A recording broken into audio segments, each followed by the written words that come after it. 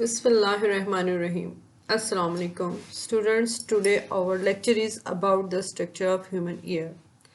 In the previous lecture, we discussed about the structure of human eye and its function. Now in this lecture, we discuss not only the functions of human ear but also its structure. Humans are provided with two important organs for sensing information carried by waves. यानी कि waves के ज़रिए से जो हमें information मिलती है हमारे बॉडी के अंदर, ह्यूमन बींग्स के अंदर दो इम्पोर्टेंट ऑर्गन्स हैं जो कि वेव्स के ज़रिए से इंफॉर्मेशन को रिसीव करते हैं. इनमें से ईयर, कान और आँख हैं. The year is the organ for hearing. जैसे कि हम सब जानते हैं कि कुदरत ने हमें सुनने के लिए जो समात के लिए कान अता किए हैं. ये दो होते हैं जो हमारे फेस के दाएं और बाएं होते हैं. और आउटर स्ट्रक्चर इनका अगर हम देखें तो एक जॉफ की तरह का जो है वो शेल सा जो है वो दिखाई देता है. जिसके अलावा अगर इसका इनर पार्ट हम देखेंगे तो हम इसको डिवाइड करते हैं into 3 parts. Number 1 is outer ear. Outer ear यानी कि बैरूनी कान जो होता है ये पिना और ऑडिटरी कैनाल पर मुश्तमिल होता है. जबकि middle ear ear drum, ossicles, eustachian tube इस पर मुश्तमिल होता है. इसके अलावा इसके अंदर मुख्तलिफ जो है हम देखेंगे कि बोन्स इसके अंदर मौजूद होती हैं, उनको हम डिस्कस करेंगे. Number 3 is the inner year. Inner ear के अंदर जो है cochlea, vestibule and semi circular canal जो है इसके अंदर मौजूद होती हैं.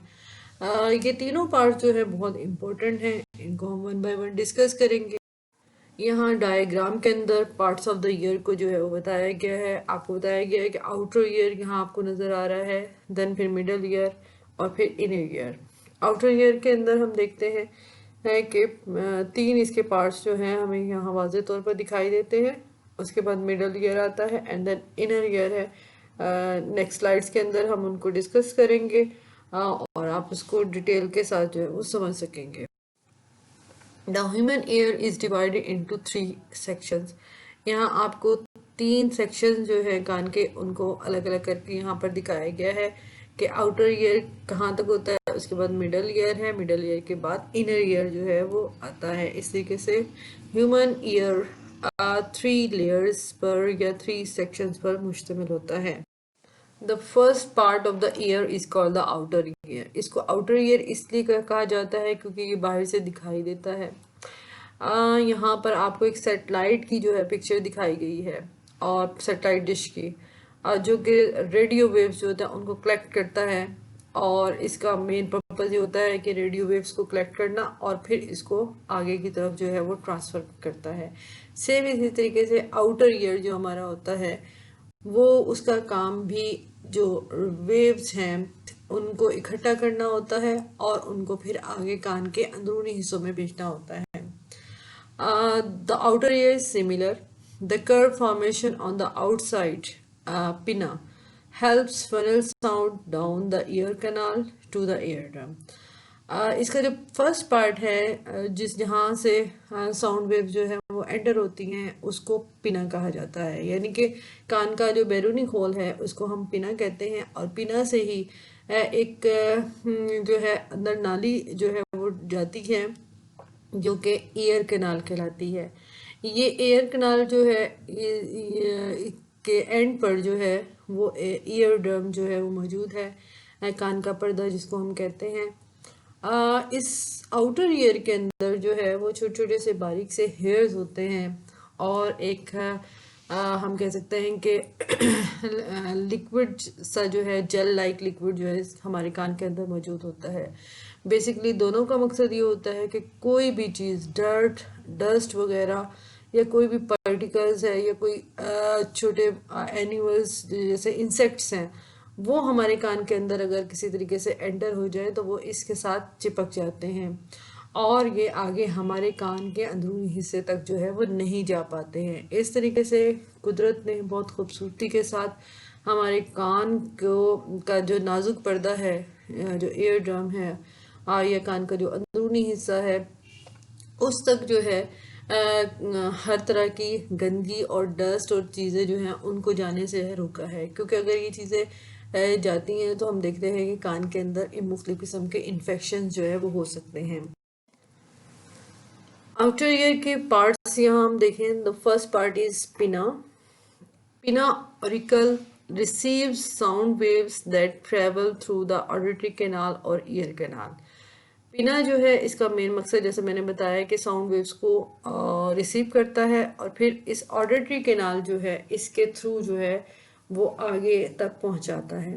Number 2 part of outer ear is auditory canal, इसको ईयर कैनाल भी कहते हैं।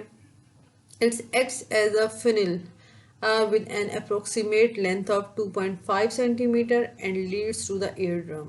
ये एक तकरीबन 2.5 सेंटीमीटर लंबी जो है एक जो है वो नाली सी होती है और ये एयर ड्रम पर जाकर जो है वो एंड होती है, यानी इसके आखिरी सिरे पे जो है एयर ड्रम जो है मौजूद होता है, जो कि कान का जो है वो हाँ इम्पोर्टेंट पार्ट है।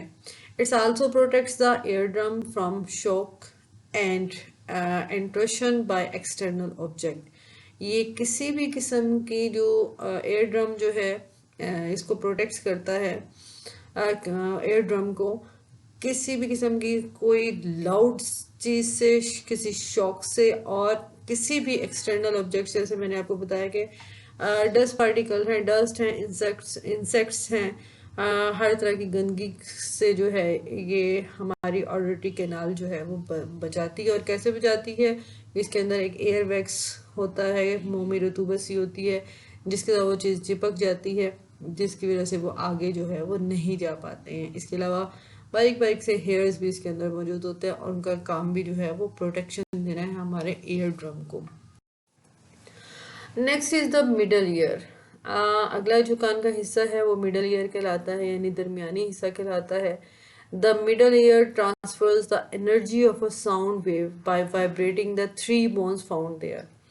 मिडल ईयर का बेसिक काम जो होता है, इसके मौजूद 3 किस्म की हड्डियां होती हैं जो कि वाइब्रेट करती हैं और इन वाइब्रेशन की वजह से साउंड वेव्स जो है वो जो है वो आगे की तरफ जो है वो ट्रेवल करती है और ईयर मिडल ईयर जो है वो ट्रांसफर करता है एनर्जी ऑफ साउंड वेव को इन तीनों बोन्स की वाइब्रेशन की वजह से।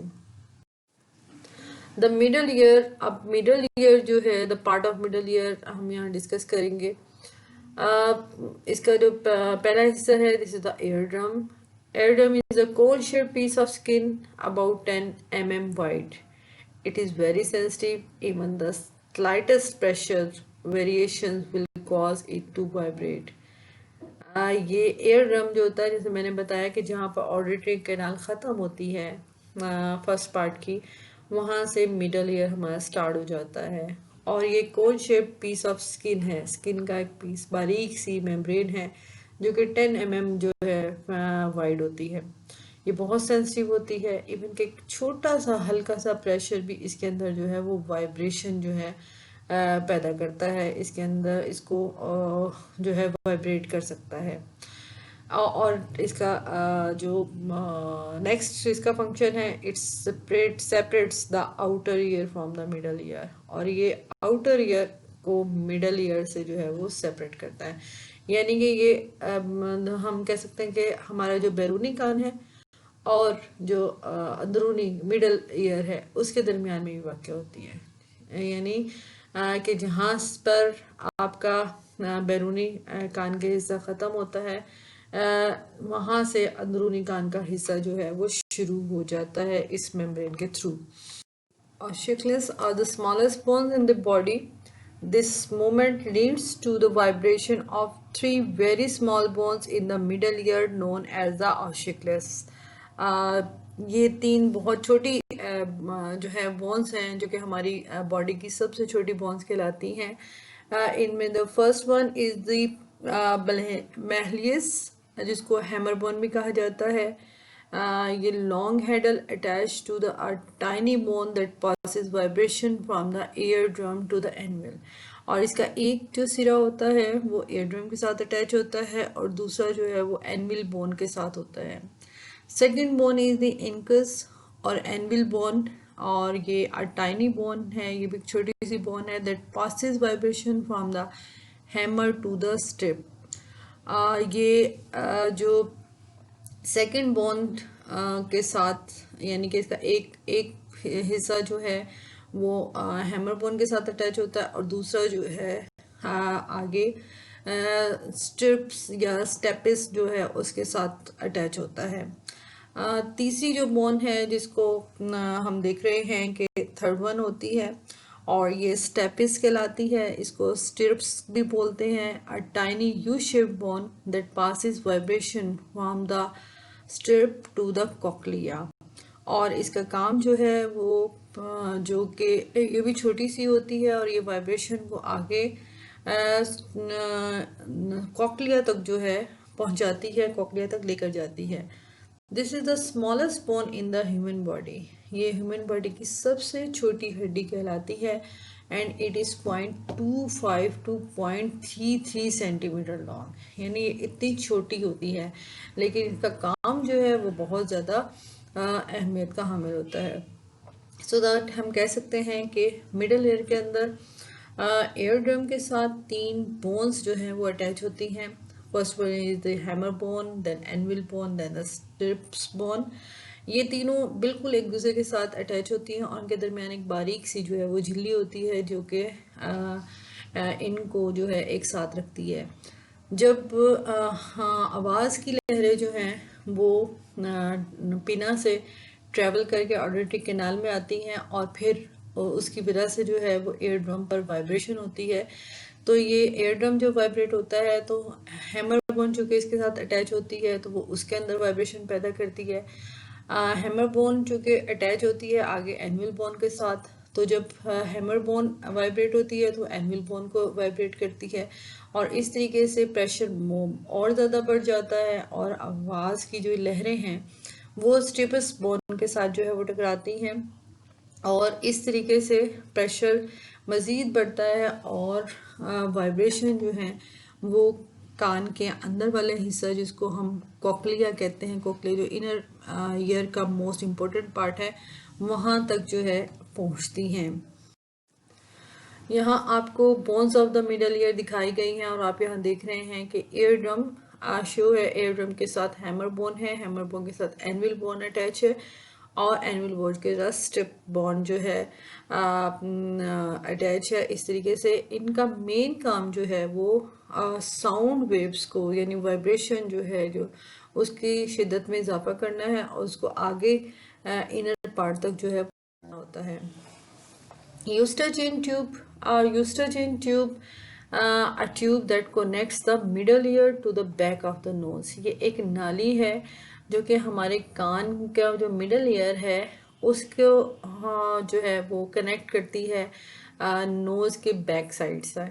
It equalises the pressure between the middle ear and the air outside, और इसका मेन काम है कि जो बाहर का जो प्रेशर है और मिडल ईयर के अंदर जो प्रेशर बनता है साउंड वेव्स का उसको बैलेंस रखना, उसको ज़्यादा ना बढ़ने देना ताकि कान का पर्दा या आगे जो है कान के सेंसिटिव पार्ट जो है वो उससे मुतासिर ना हो सके। तो यूस्टाचिन ट्यूब का मेन काम जो है वो प्रेशर को बैलेंस रखना होता है।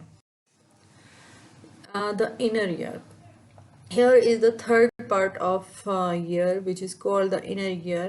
यहाँ आपको again जो है outer ear, middle ear and the inner year के बारे में बताया गया है। इनर ईयर के वैसे तो काफ़ी सारे पार्ट्स हैं लेकिन most important two main parts इसके हैं। First one is the cochlea and number 2 is the auditory nerve, और हम वन बाय वन इनको देखेंगे। There is a cochlea, cochlea जैसे कि आपको यहाँ नज़र आ रहा है एक बल खाता हुआ जो है वो पार्ट है जो कि इनर ईयर के अंदर जो है वो मौजूद होता है।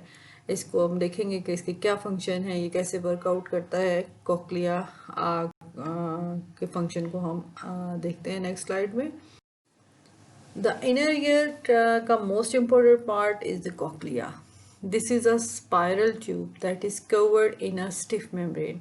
एक बल खाती हुई जो है वो एक ट्यूब होती है जो कि एक बारीक सी मेम्ब्रेन से ढकी हुई होती है, कवर्ड होती है, and it contains the thousand of hair cells attached to the end of the organ of the auditory nerve called organ of Corti।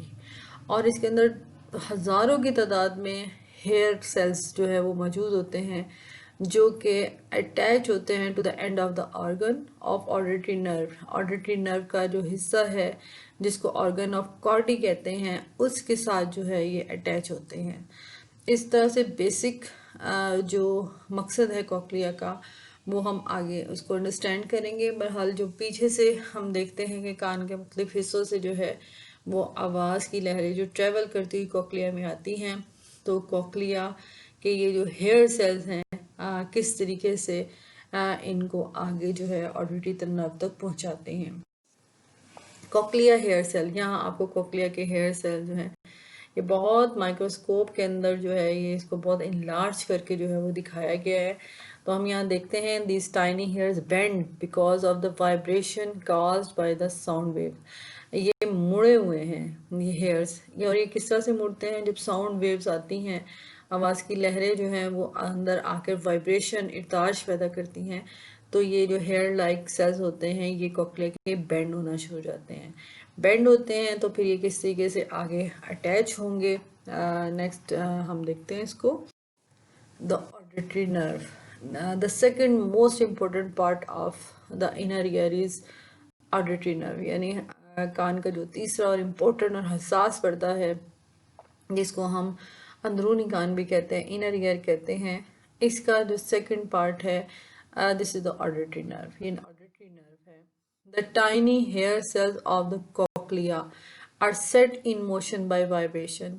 जैसे कि हमने देखा कि जो आवाज़ की लहरें पीछे से आ रही हैं और वो कॉकलिया के अंदर दाखिल होती हैं, तो कॉकलिया के ये जो हेयर सेल्स हैं उन वाइब्रेशंस की वजह से जो है वो मूवमेंट में आते हैं, वाइब्रेट होते हैं, और हमने देखा कि बेंड भी हो जाते हैं। The vibration stimulate tiny nerve cells, और ये वाइब्रेशन जो होती है यहाँ पर मौजूद जो नर्व सेल्स होते हैं, छोटे छोटे से नर्व सेल्स यहाँ मौजूद होते हैं, इन नर्व सेल्स को भी अगेन स्टिमुलेट करती हैं।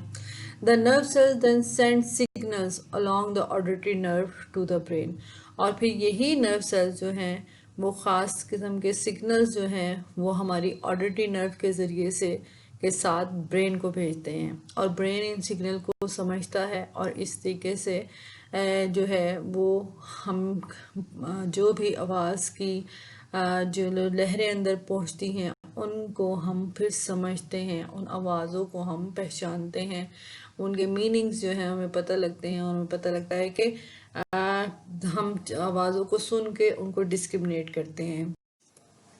Auditory nerves, these nerves receive the electrical impulses generated by the ear।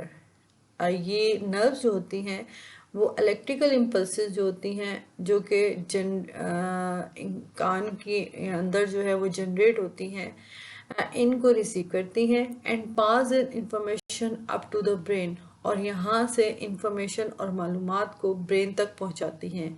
So it can be interpreted, और इस तरह से ब्रेन जो है इनको इंटरप्रेट करता है, इनको कन्वर्ट करता है, और हम बातों को, हम समात को, चीज़ों को, आवाज़ों को सुनते हैं, ना सिर्फ सुनते हैं बल्कि हम उनको डिस्क्रिमिनेट करते हैं, उनके बारे में जानते हैं, और ये सारा प्रोसेस जो है वो इन ऑडिटरी नर्व्स के ज़रिए से होता है। Semicircular canals, the three loops of fluid filled tubes that are attached to the cochlea in the inner ear। जो सेमी सर्कुलर कैनाल्स हैं ये भी बहुत इम्पोर्टेंट पार्ट है इनर ईयर का, और ये तीन जो हैं वो लूप्स लाइक कैनाल्स, छोटी छोटी सी कैनाल्स होती हैं, और इनके अंदर जो है एक फ्लूइड भरा हुआ होता है इन ट्यूब्स के अंदर, और ये अटैच होती हैं कॉकलिया के साथ हमारे इनर ईयर के अंदर। ये they help us maintain our sense of balance, और इनका काम जो है हमारी बॉडी को बैलेंस जो है वो प्रोवाइड करना है। आपने देखा होगा कि जब हम किसी गोल गोल चक्कर काटते हैं या किसी झूले में जो है गोल गोल चक्कर लेते हैं, तो जब हम रुक भी जाते हैं तो हमें लगता है कि हम चक्कर आ रहे हैं, यानी हमें चक्कर आ रहे हैं, हम अपना बैलेंस मेंटेन नहीं कर पा रहे होते हैं, उसकी वजह यही फ्लूइड है कि जब हम घूमते हैं तो इस घूमने की वजह से हमारे इस कान का ये जो हिस्सा है जिसके अंदर ये फ्लूइड होता है इन ट्यूब्स के अंदर, तो ये फ्लूइड जो है ये इसको थमने में, इसको रुकने में थोड़ा टाइम लगता है। और जब तक ये जो है वो थम नहीं जाता तो हमें चक्कर जो है वो महसूस होते हैं। सो दैट ये आँख का अंदरूनी कान जो है, अगर हम तो पूछा जाए कि हमारे बैलेंस को, हमारी बॉडी बैलेंस को कौन तवाज़ुन में रखता है, तो ये सेमी सर्कुलर कैनाल्स जो कि हमारे इनर ईयर के अंदर मौजूद होते हैं, ये हमारे मौजूद फ्लूइड जो है वो हमारे बैलेंस को मेंटेन रखता है। तो हम कह सकते हैं कि हमारा जो अंदरूनी कान है वो हमारी बॉडी में बैलेंस को बरकरार रखने में अहम किरदार अदा करता है।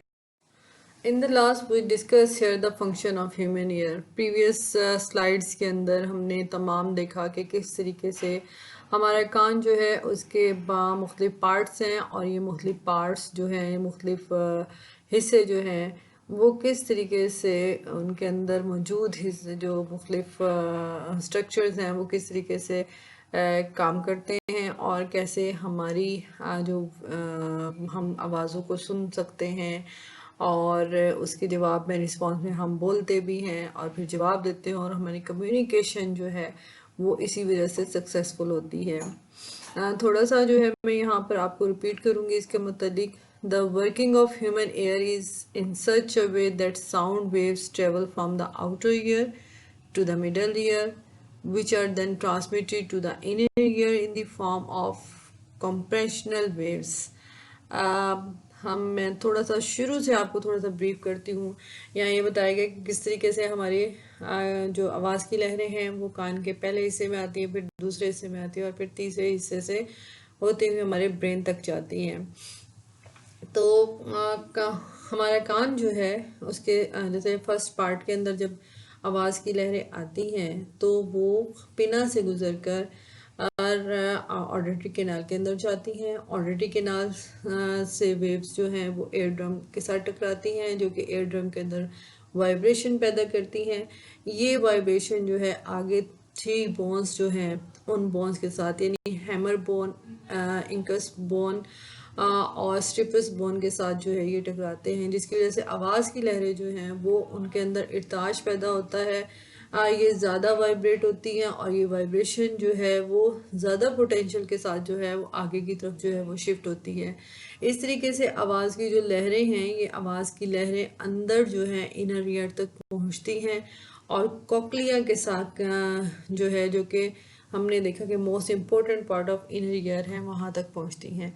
कॉक्लिया के अंदर hair thousands of small hairs मौजूद होते हैं, जो कि वाइब्रेशन की वजह से फोल्डेड भी हो जाते हैं, और ये वाइब्रेशन को आगे नर्व सेल्स तक जो है पहुँचाते हैं, और इन नर्व सेल्स से जो है वो आगे जो हम कह सकते हैं कि जो ट्रांसमिशन है या आवाज़ की जो लहरें हैं वो ट्रांसमिट होती हैं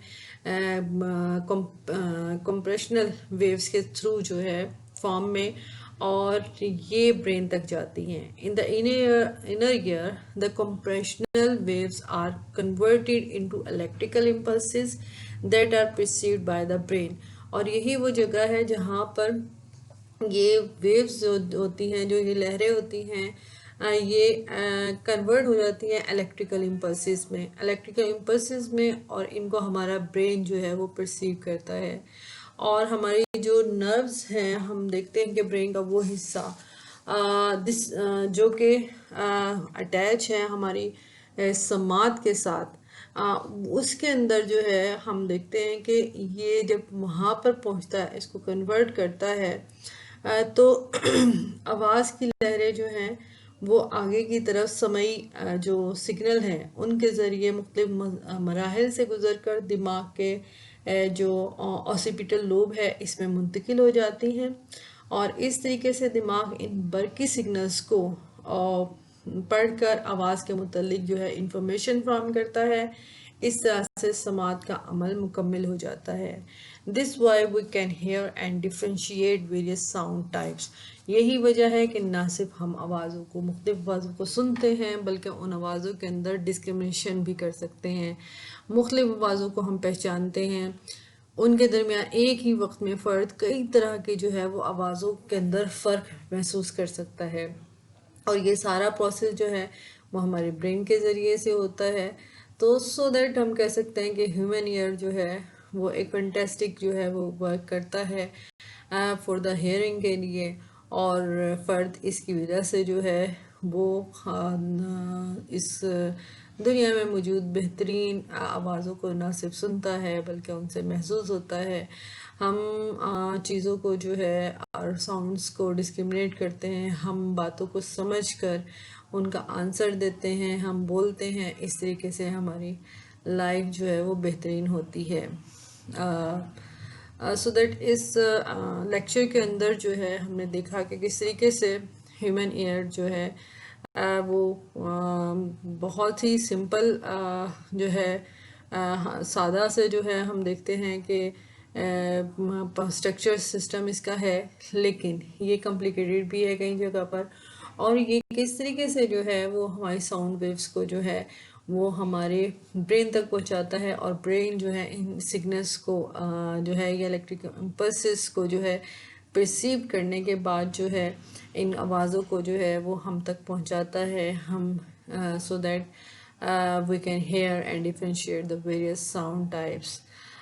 स्टूडेंट्स, ये जो सिस्टम्स हैं जो कि हमने अब तक पढ़े, जिसके अंदर हमने नर्वस सिस्टम को डिस्कस किया, peripheral nervous system, central nervous system. इसके अलावा जो है आपने ग्लैंड सिस्टम को जो पढ़ा, फिर स्ट्रक्चर ऑफ आई और ह्यूमन ईयर को हमने डिस्कस किया। ये तमाम जो चीज़ें समझाने का मकसद जो है वो ये है कि इन तमाम की जो है वो हमारी साइकोलॉजी के अंदर बहुत अहमियत है। इसको आप आगे जाकर इंटरलिंक करेंगे कि इस तरह से इन बॉडी को जब आप समझ गए हो, इनके फंक्शन को, इनको स्ट्रक्चर को, तो किस तरीके से हम जो है साइकोलॉजी में इनको इम्प्लीमेंट करते हैं, ये नेक्स्ट लेक्चर्स में हम इंशाल्लाह देखेंगे। होप्स हो कि आपको लेक्चर जो है वो समझ आया होगा। आपने इसको बहुत गौर से जो है सुनना है, याद करना है इसके डिफरेंट पार्ट्स को। और आप में से बच्चों, आप क्वेश्चन एक बच्ची ने किया था कि क्या हम डायग्राम भी बनाएंगे, तो ऑब्वियसली आप जो है वो डायग्राम्स भी बनाएंगे, और ताकि आप चीज़ों को सही तरह से जैसे समझें ऐसे समझा भी सकें अपने एग्जामिनर को। सो दैट आपने इसके ऊपर वर्क करना है। आपके असाइनमेंट्स जो हैं वो आप साथ साथ आप लोगों ने बनानी है हर लेक्चर की, ताकि आपकी ये आपके पास फाइल के अंदर ये चीज़ें मौजूद होनी चाहिए, और हम इसको जो है वो बाद में इंशाल्लाह डिस्कस करेंगे। Thank you so much for this lecture. Thank you.